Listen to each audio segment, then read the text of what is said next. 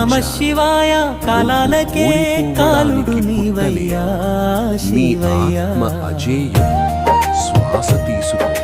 భస్మముదిట పెట్టి భక్తిని హృదయంలో ఈ దారిలో నిన్నే తలచుకుంటే